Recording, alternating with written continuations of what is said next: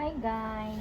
Hello! Welcome back to me. So na-restrict ko sa Facebook no for how many days kasi tungod to ang mag-share kong post regarding sa katong gera good katong magtaas gasolina. So nag-share ko og post and then mauto na ban ko pila ka adlaw dyan. Buti na lang nibalik na siya karon.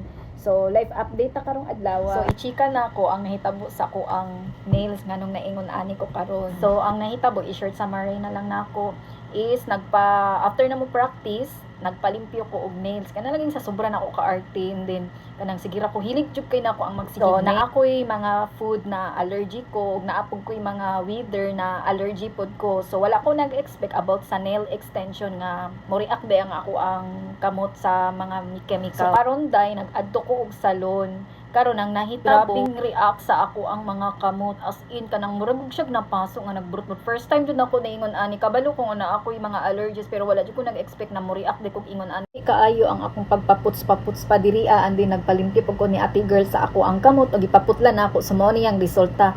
So gisugdan ako niyang extension so mao ni ang akong napilian nga design. So, after na kong pa-nails wala jud reaction dito sa salon nga katol siya or kanang mo gawas gani ang akong allergy. So, pag uli na ako ato na time dili ko makatulog. So wala jud ko'y mga sign nga mo react day ang ako ang kamot ato na mga chemicals ba.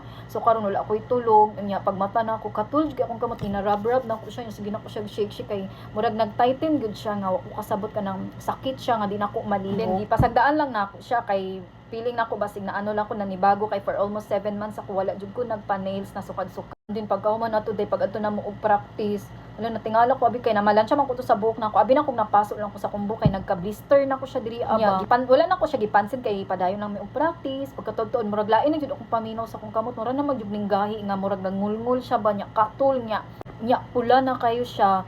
Tapos pag check na ako na siya nanubo diri ang mga blister tan-awa day pakita ta ka. So ingon ani siya tong wala pa nagka-blister. So naka-feel lang ko diri og tighten mo tong gi-videohan nako. Antin pag practice ani na siya nakapansin ako ni nagtubig. And then pag uli na ako dyan, burot na gyud siya dako na kaayo. Mo tong wala na jud ko kaliho kaayo nya di nako ka gunit og bisan unsa. Mo tong bag na gyud kaayo mo to naka-decide ko og pa-derma kay delikado na jud kaayo dili na jud ko makatrabaho ani nya ni katag na siya dyan. Auto, gi-refer ko nila nga may paderma na lang daw ko kay delikado na daw kay nagkatag na manggod siya diri sa akong kamot yun nya katul na jud kay siya ba di na nako maliho.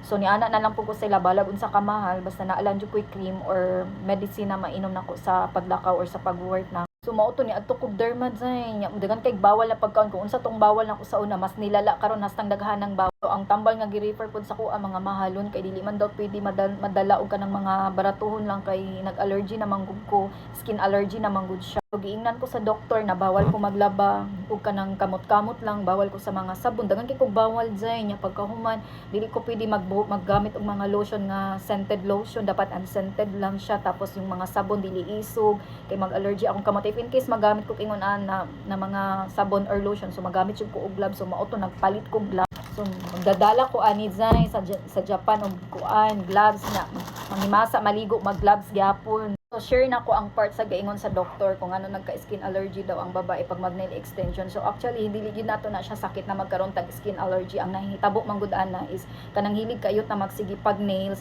kanang kanaganing kadlaw-adlaw, kada bulan, kada tuig ta magpa-nails dili pa mo react ang ato ang kamot ana or atong body. So dinha na siya mo react og kanang routine sa imong life na magsige gud kag pa-nails. So ni doc, maabot jud daw ang panahon nga magka-allergy gyud daw ta. So lalo na og ningon ani mga hilig dira og mga nail extension. So expect na lang pud mo nga kanang ginabulan-bulan nimo or tungod lang sa imong work moabot jud ang panahon na mag-react jud ang ato ang kamot. Dili na ako ni sakit ang skin allergy kundi ni react man siya kay ginabi na ako siya walay paway akong kamot so it's my fault din so sala pud ni nako kay kana laging sa sobra ka arte ba. So, sa ako ang experience gina-share na lang pud nako katong sa mga hilig dira og mga nail extension dangin na lang jud ninyo kay dili gid ay siya good sa ato kanang ginaano nato siya ginaroutine nato sa ato ang kamot good kay moabot jud ang time na mo effect kanang late ang reaction sa ato ang body.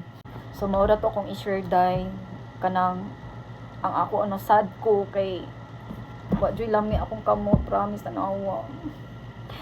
Tungod lagi sa kaarte ba. Maura to naman natagam na jud ko no more extension ako no more nako sa mga chemicals nga kanang magpapagwapa-gwapa gud ta na. Wa na jud zay, wa na jud na usot mo na ginaingon nga dawat-dawat na jud sa tong pagkatiguang. Maura to bye.